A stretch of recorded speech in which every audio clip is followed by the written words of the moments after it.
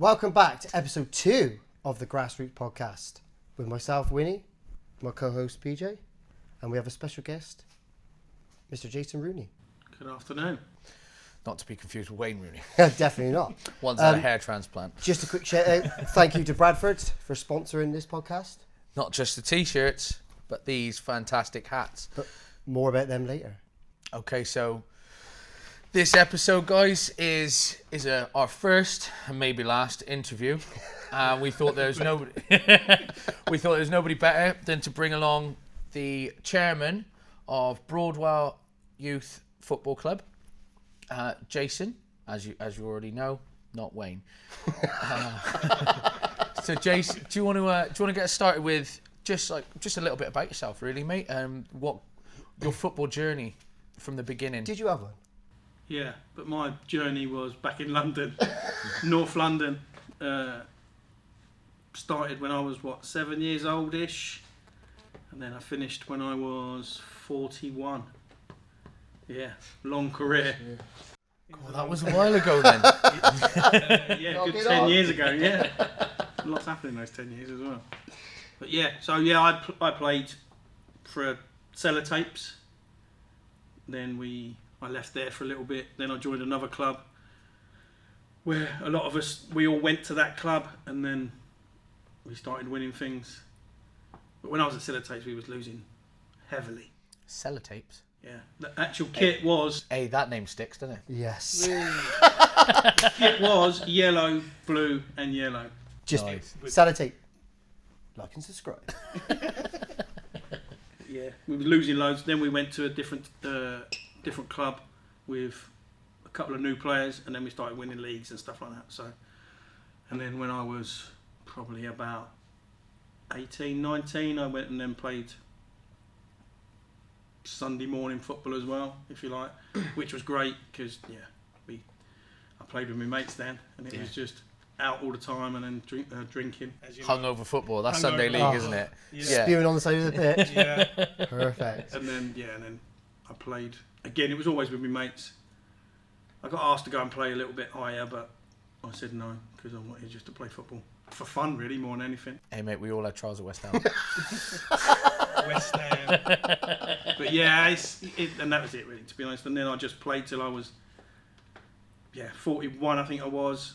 And I was travelling from here to go all the way down to Watford every Sunday morning. Is that the reason you stopped? And because I got slow, and because it was hurting, Yeah. and because So kids were basically running past me that I used to do to the On his journey to Watford. 100%. in the orange and pink boots. Yeah, and then it just got too much in the end, and I'd drive 2.5-3 hours home, and then I'd be getting like that out, and then I get that on coaching. Yeah. Oh mate. But yeah, that's probably my journey. It was alright. I enjoyed it, loved it, and then it was alright. Do you miss playing? Yes. I wish I could still play now, and I think if I didn't have the health issues, then I probably would have started again. What about walking football?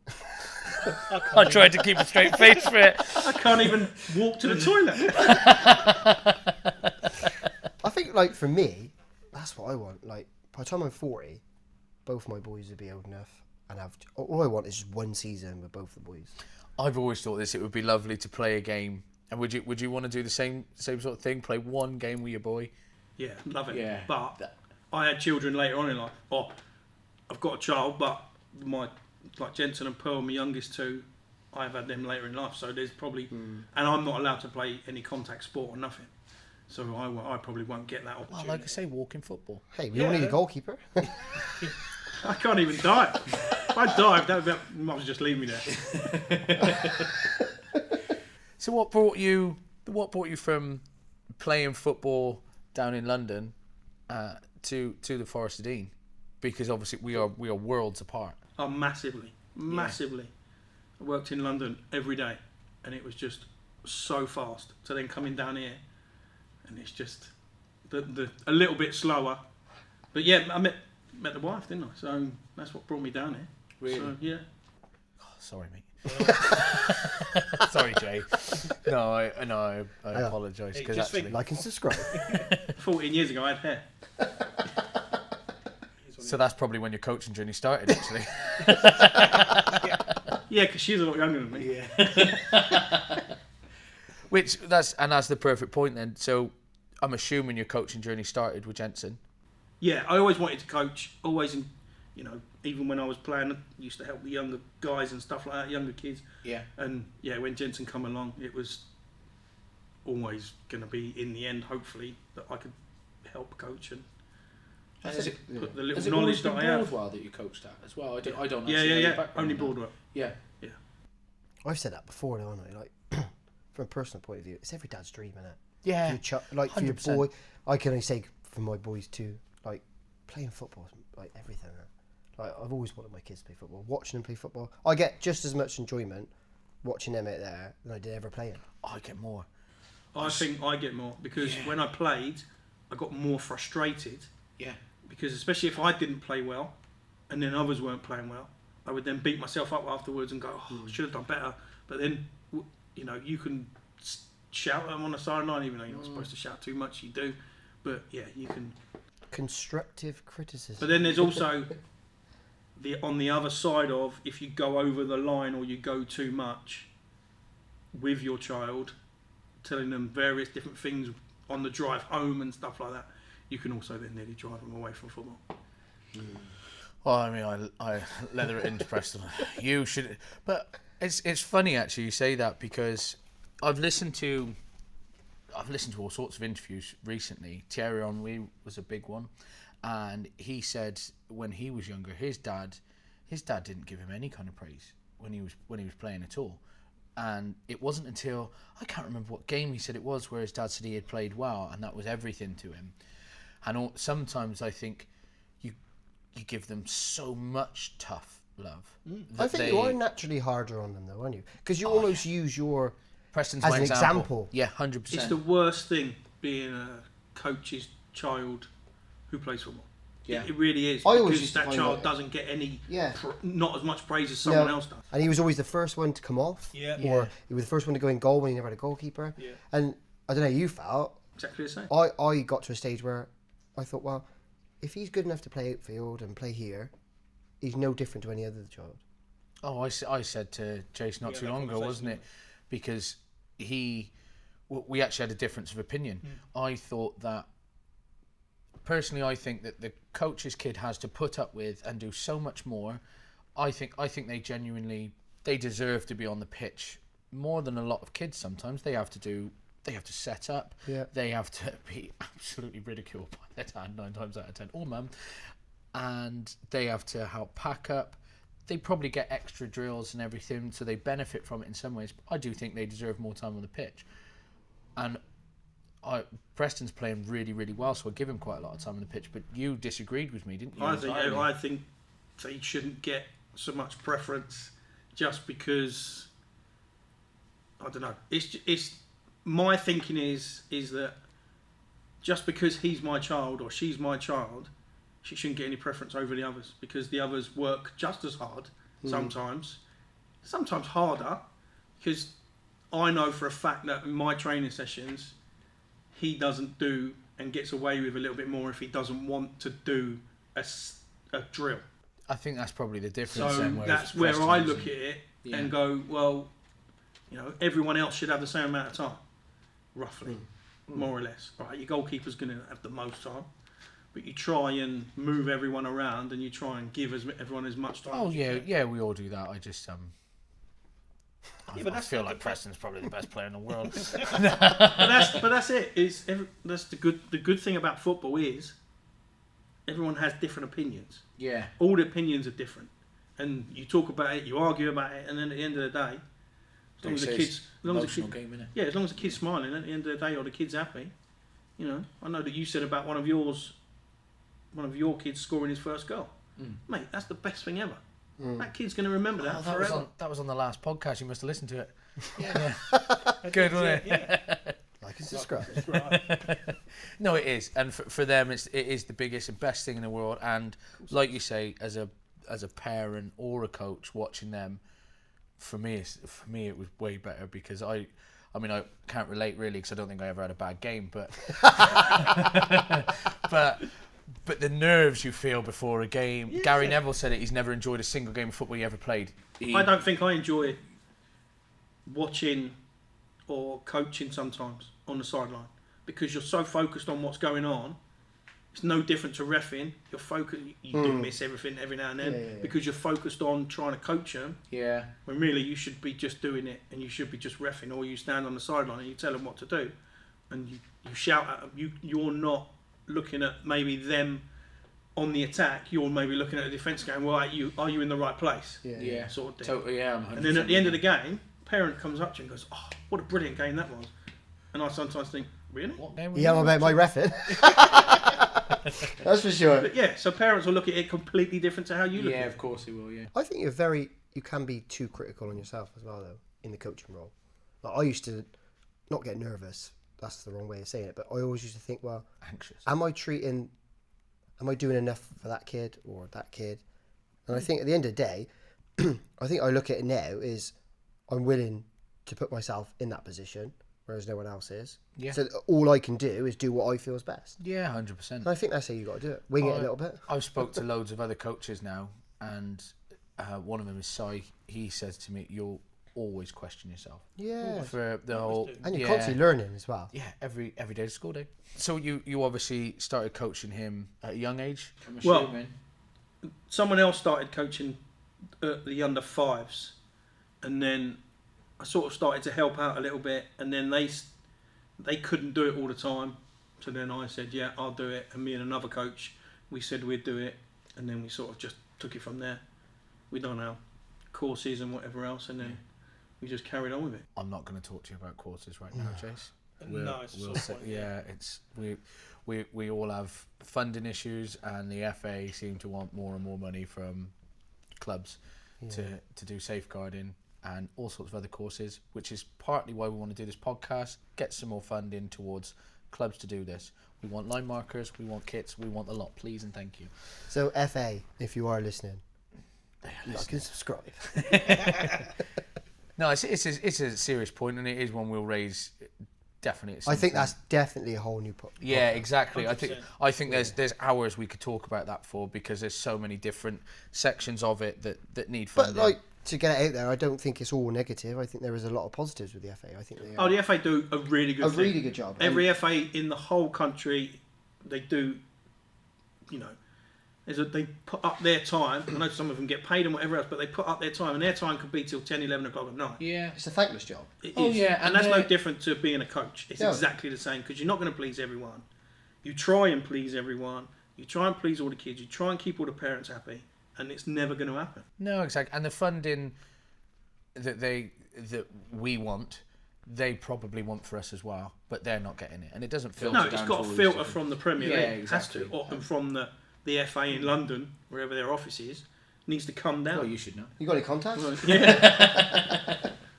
It's got to filter down there. Even if they only gave every grassroots club £1,000 a year or £500 a year as a little grant, saying, there you go, that will help for, I don't know, courses. Yeah. or Line whatever. marker. Line marker. That new one is so good, though. Smooth, mate. Honestly, you would not believe what an inflatable tire does to a line marker. Unfortunately, our lines is not as smooth as the actual machine. It will be. They will be. Practice makes perfect. Yeah, exactly. And that's the All whole about point of practice. that's the whole point of youth football. So, Jace, you've gone from coach to chairman, and what took you there? To be honest, the previous chairman had been doing it for 10 years. Yeah. He decided that it was his time to step down and didn't want to do it anymore. And I sort of did think about it in my head, but I thought other people would do it, so I was quite happy just to either be vice chairman or just carry on coaching. Yeah. And then when it was put out there, no one really put themselves forward. So I said, well, I'll do it. And then Typical Cockney, isn't it? and then Yeah. and then Winnie was sitting next to me, and I went, and Winnie will be vice chairman. And they Is that went, genuinely how that happened? more or less. And then Oh they my went, gosh. right, okay, yeah, who seconds that? Someone went, yeah. And then that was it. We was in. And then it just, 12 months down the line, it's been a real hard learning curve. Yeah, of course. It really has. I think it probably is the same with any new role, isn't it? But this is quite a big role as a voluntary one. I think for, like, I can only speak for myself as well. Finding how much goes on. Yeah. You don't realise. You don't realise. Nobody realised. Like the parents sitting at home who won't reply to your message to say, there's a game this weekend, are you available? You have coaches that do that. You have coaches that do that and whatever else. But you're then thinking, right, I'm not only thinking about a team, I'm also thinking, right, are all my coaches okay? Have they got enough? Have they got enough pitches? Are they at the right pitch? What if there's a pitch clash? Where do we go? You know, it's not just, doesn't just stop And there. that's you having to liaise with the leagues, is it? Because Me and the Winnie secretary, our club secretary, Nicola, Right. because me and Winnie are in the same league but different age groups of that league. But I have another team that's going into a different league, so you have to make sure the leagues liaise with each other, or do you liaise with the we leagues? we liaise with one league and then we liaise with the other.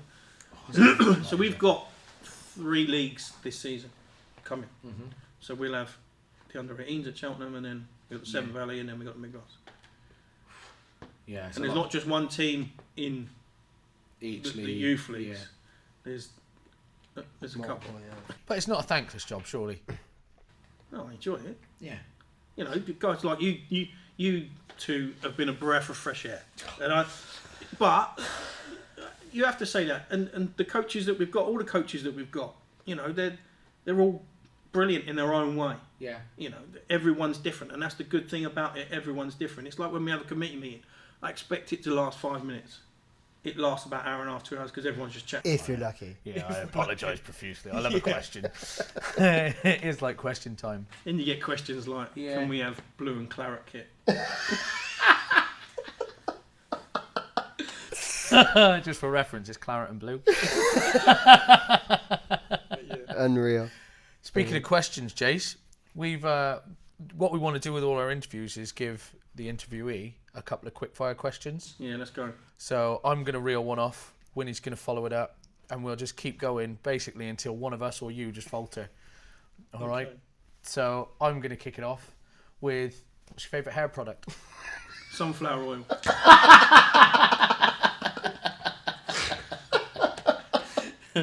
No. Favourite moment currently in youth football as a coach?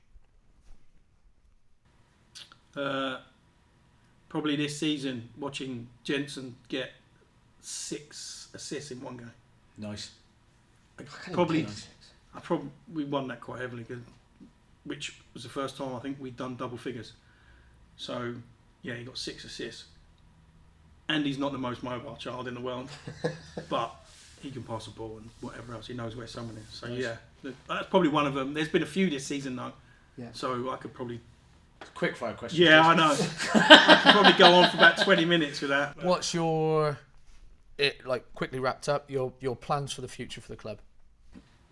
The plans for the future is we try and find more pitches.